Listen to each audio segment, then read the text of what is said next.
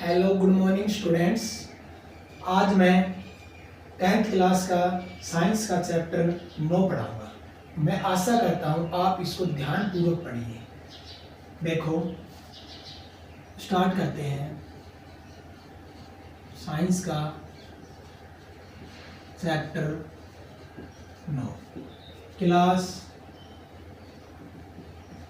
10। ये कितने नंबर इस आएगा चैप्टर?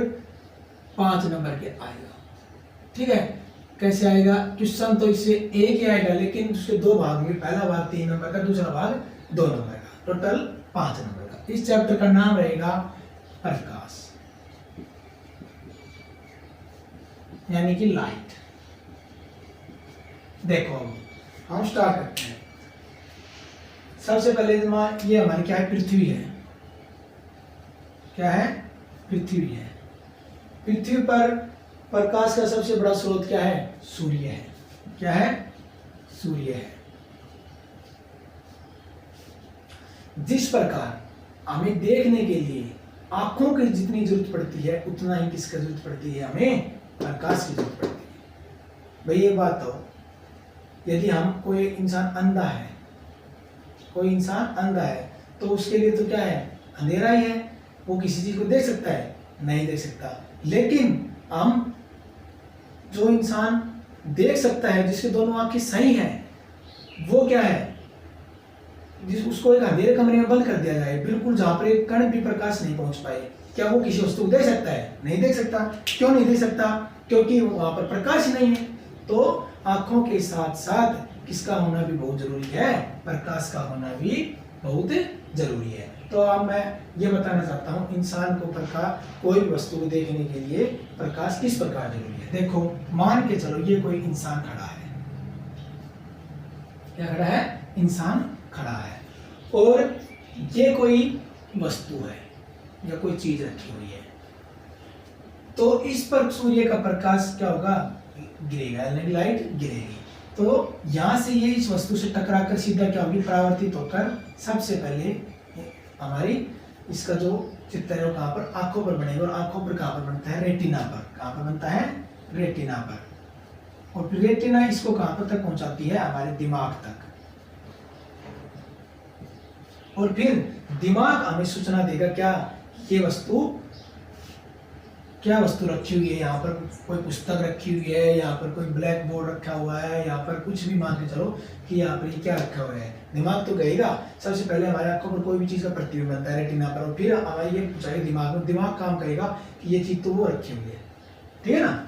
अब हम बात करते हैं कि ये चीज तो रखी हुई है। अब यहाँ पर मान चलो ब्लैक बोर्ड रखा हुआ है, तो हमें ये कैसे पता लगाएंगे इसका कलर कैसा है? भाई यहाँ पर मान चलो कोई बोर्ड रखा हुआ है, मैं सॉरी ब्लैक तो नाम ले दे कलर का, मैं ये कहूँ कि यहाँ पर एक बोर्ड रखा हुआ है, परंतु हमें ये नहीं पता इसका रंग कैसा है। तो वो हम कैसे लगाएंगे? देखो, पता कि इसका हम रंग, देखो ये इंसान खड़ा है, ये कोई black board, sorry black board का नाम आता है, ये कोई बोर्ड रखा हुआ है। सबसे पहले इस पर सूर्य का क्या गिरेगा? प्रकाश गिरेगा। और सूर्य का प्रकाश का रंग कैसा होता है? इतना तो पता है, सफेद होता है। कैसा होता है? सफेद होता है। इंद्रधनुष में मुख्य कितने रंग होते हैं? 7 रंग होते हैं। उन 7 रंगों को मिलाकर कैसा रंग बनता है? सफेद रंग बनता है। कैसा रंग बनता है? सफेद रंग बनता है। अब जब ये 7 रंग इस वस्तु से टकराएंगे, और यदि 7 के 7 रंग इस वस्तु से टकराकर क्या हो जाएंगे? परावर्तित हो जाएंगे। क्या होंगे? रिफ्लेक्टेड हो जाएंगे और हमारे आंखों तक पहुंचेंगे, तो हम क्या कहेंगे? इस वस्तु का रंग कैसा है? सफेद है। कैसा है? सफेद है।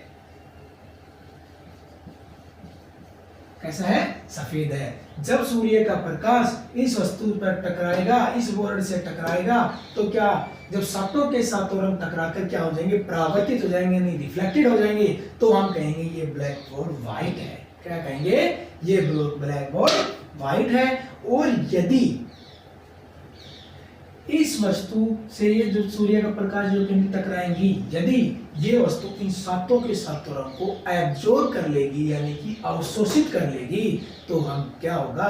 ये वस्तु बोर्ड ब्लैक दिखाई देगा, काला दिखाई देगा। क्यों? क्योंकि इसने 7 के 7 रंगों को क्या कर लिया? अवशोषित कर लिया। ठीक है ना? तो कैसा रंग दिखाई देगा? काला रंग दिखाई देगा। तो सफेद रंग तो कब दिखाई देगा? जब ये सातों के सातों रंग क्या कर लेगी? परावर्तित कर लेगा, परावर्तित कर देगी और हमारी आंखों पर गिरेंगी। और यदि काला तो दिखाई देगा जब क्या कर लेगी? सातों के सातों रंगों को अवशोषित कर लेगी, तो हमें कैसा दिखाएगा? काला दिखाई देगा। ठीक है। और अब मैं कहूँ इस ब्लैक बोर्ड का रंग तो क्या है? जरूर ना सफेद है ना काला है। वो कैसे? देखो, जब सूर्य का प्रकाश के सातों रंग इस वस्तु से टकराएंगे तो 6 रंगों को तो क्या कर लेगी? बाहरी वाले से जो सतह है अपनी ओर अवशोषित कर लेगी, एब्जॉर्ब कर लेगी। और एक रंग को क्या कर देगी? परावर्तित कर देगी, यानी इससे टकराकर परावर्तित होगी। जो रंग परावर्तित होगा वो हमारे आंखों पर आ जाएगा। हम कहेंगे, मान के चलो हम कहेंगे इसका रंग तो लाल है, क्योंकि ये लाल रंग को क्या कर दिया? परावर्तित कर दी इसने। इसमें मान लो लाल रंग को परावर्तित कर दिया, यानी कि रिफ्लेक्टेड कर दी। अब ये रंग और बाकियों को तो इसने एब्जॉर्ब अवशोषित कर लिया और उसको रिफ्लेक्ट कर दिया, तो हमारी आंखों पे तो वो रंग गिरेगा। वो गिरते हम क्या कहेंगे? ये ब्लैक बोर्ड तो नहीं, ये बोर्ड तो कैसा है? रेड है। ठीक है ना? ये समझ में आ गया यहाँ तक। अब हम आगे बढ़ते हैं टॉपिक की तरफ। सॉरी, एक चीज बताना चाहता हूँ कि प्रकाश गमन कैसे करता है, चलता कैसे है। ये एक वैज्ञानिक था, डी ब्रोगली। वैज्ञानिक क्या था? De Broglie. इसने प्रकाश के द्वैत प्रकृति का सिद्धांत दिया था। कैसा? प्रकाश की द्वैत प्रकृति का सिद्धांत दिया था। किसने? डी ब्रोगली ने। इसने क्या कहा था कि प्रकाश है ना, 2 तरीकों से गमन करता है। एक तो कणों में, कण के रूप में, और एक तरंग के रूप में। कैसे रूप में? कण के रूप में और तरंग के रूप में। इसलिए इसे द्वैत प्रकृति का सिद्धांत। द्वैत मींस दो रूपों में, कण और तरंग। अब हम आगे बढ़ते हैं, परावर्तन क्या होता है।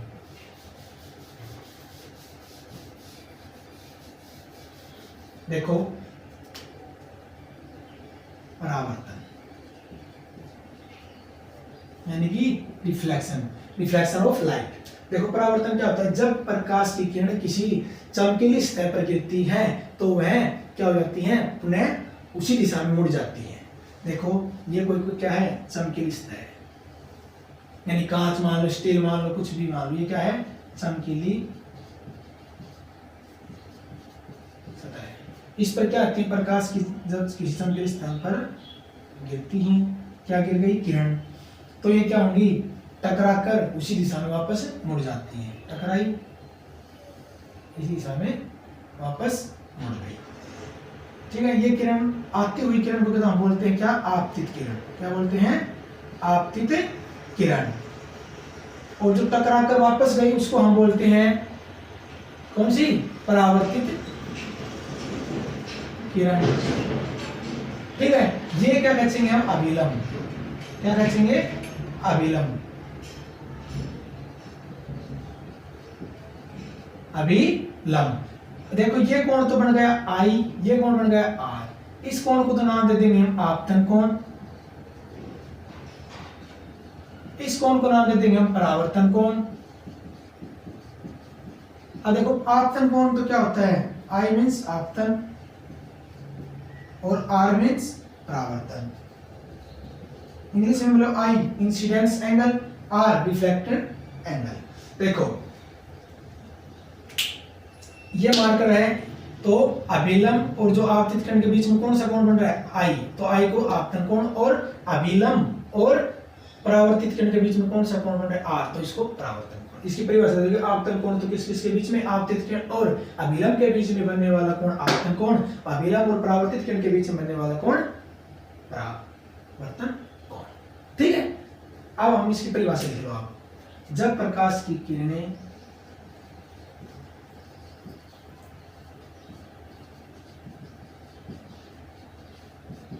किसी चमकीली सतह से टकराती हैं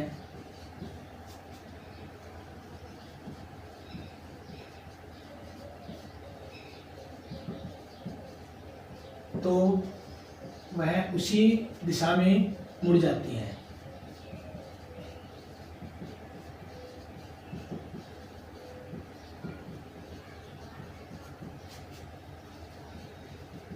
यह प्रकाश के अपवर्तन प्रकाश के परावर्तन घटना है।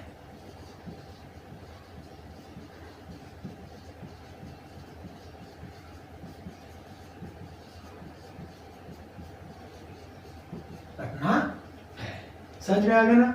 यह आपतित किरण, परावर्तित किरण, आपतन कोण, परावर्तन कोण, और इसकी परिभाषा क्या हो जाएगी परावर्तन की, जब प्रकाश की किरणें किसी चमकीली सतह से टकराती हैं तो वह उसी दिशा में वापस मुड़ जाती है। ठीक है, ये प्रकाश के परावर्तन है। अब इसके दोनों नियम और समझ लो, मोस्ट इंपोर्टेंट है नियम। प्रकाश के परावर्तन किसे कहते हैं, इसके दोनों नियमों को समझिए क्यों बनता है। तो देखो पहला नियम तो क्या हो जाएगा, नियम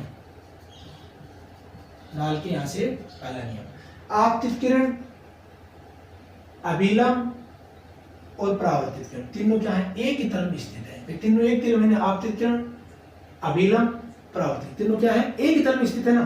तो देखो आपतित किरण, परावर्तित किरण और अभिलंब तीनों एक ही तल में स्थित होती है।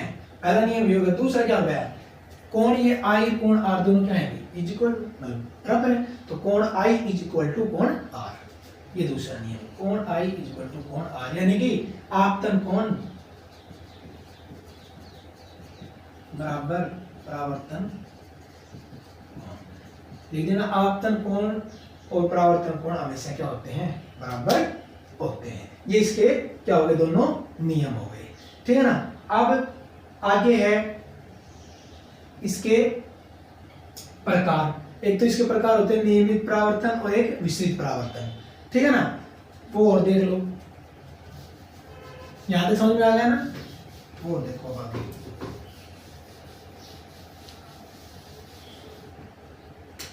परावर्तन, एक नियमित परावर्तन,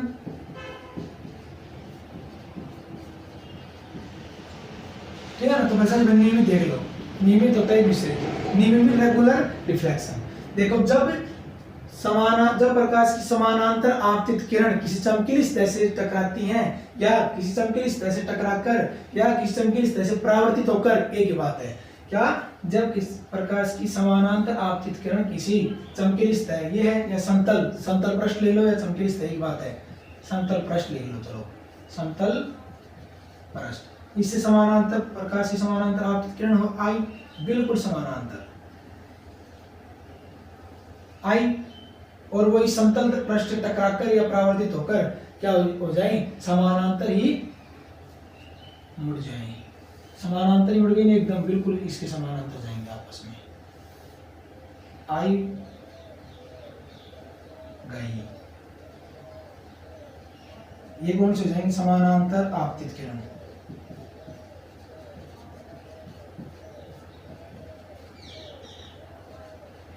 ये कौन सी हो जाएंगी, समानांतर परावर्तित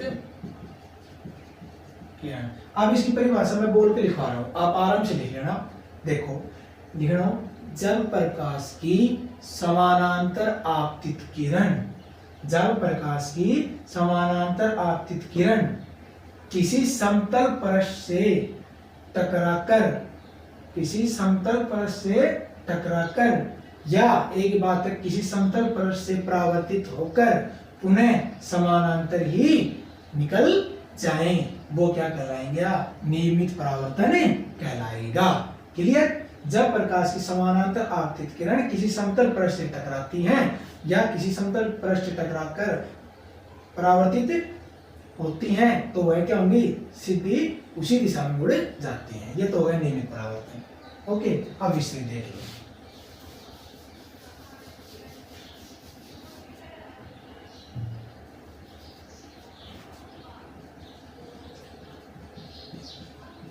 देखो विस्तृत में क्या जाएगा, उसमें समतल पृष्ठ है, इसमें खुरदरा, विस्तृत में फैलना, यहां पर लेंगे खुरदरा पृष्ठ।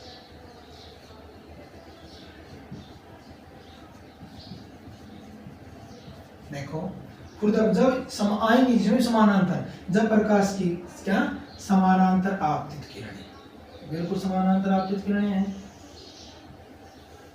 ठीक है, क्या होंगी, समानांतर आपतित किरणें किसी खुरदरे पृष्ठ से परावर्तित होकर क्या होंगी, विस्तृत हो जाती हैं, यानी फैल जाती है विभिन्न दिशाओं में। आई, ये ऐसे आई ऐसे निकल गई, ये ऐसे आई ऐसे निकल गई, ये ऐसे निकल गई, ये ऐसे निकल गई। क्या कोई भी समानांतर परावर्तित हुई है? कोई इस दिशा में गई, कोई इस दिशा में गई, कोई इस दिशा में गई, ठीक है ना। तो क्या जब प्रकाश की समानांतर आपतित किरण किसी खुरदरे परत से टकराती हैं तो वो क्या हो जाएंगी? विस्तृत हो जाती है। ये समानांतर आपतित किरण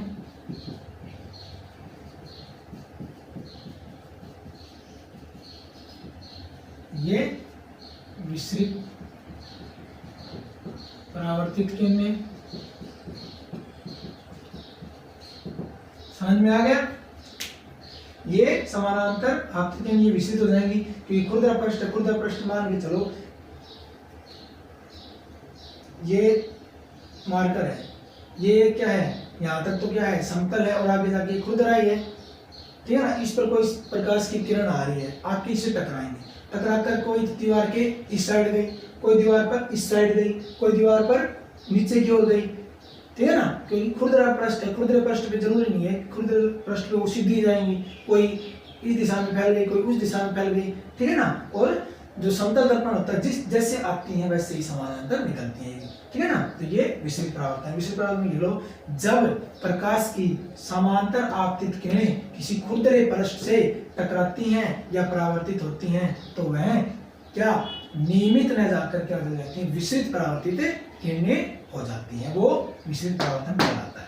तो मैं आपको प्रकाश का परावर्तन क्या होता है, उसके दोनों नियम, इसके दोनों प्रकार समझा दिए। आज तक इतना ही, कल मैं आगे पढ़ाऊंगा। जितना पढ़ाया मैं आशा करता हूँ आप उसको ध्यानपूर्वक पढ़ें। Thank you.